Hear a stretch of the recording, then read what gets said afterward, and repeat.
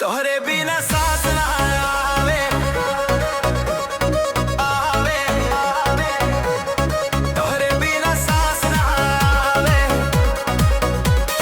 सांस ना आवे।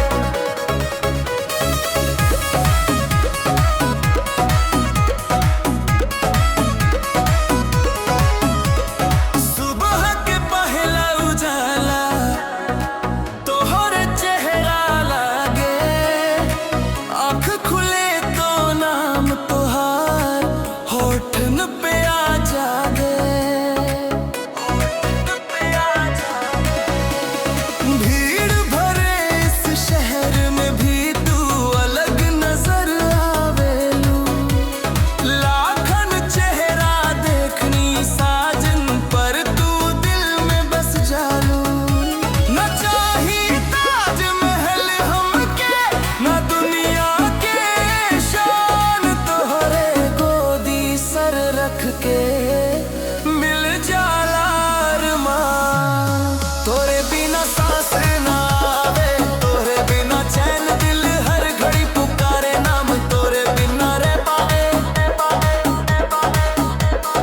तोरे बिना सांस ना आवे। सुन पराई रात तोरे संग ही जियत मरत दिल करे ई बात।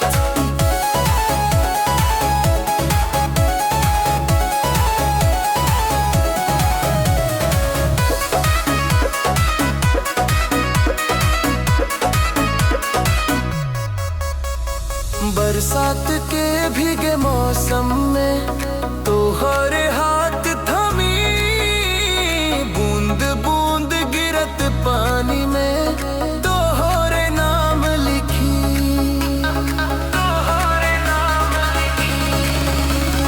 चुपके से जब देखे लूं तू दिल घबराए जाए, तोहरे एक मुस्कान साजन पूरी दुनिया भुलाए। तोरे गुस्सा भी लागे प्यारा, तोरे हर एक बात रूठ जाला दिल हमार ता साजन तू मना ली हसात।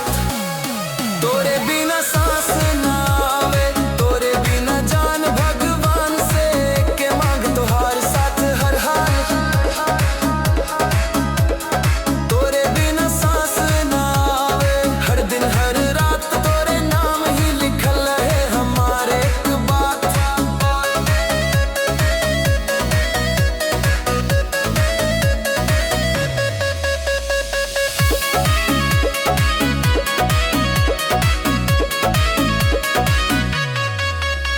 अगर कल ना रह पाई साजन तू रोई मत जा।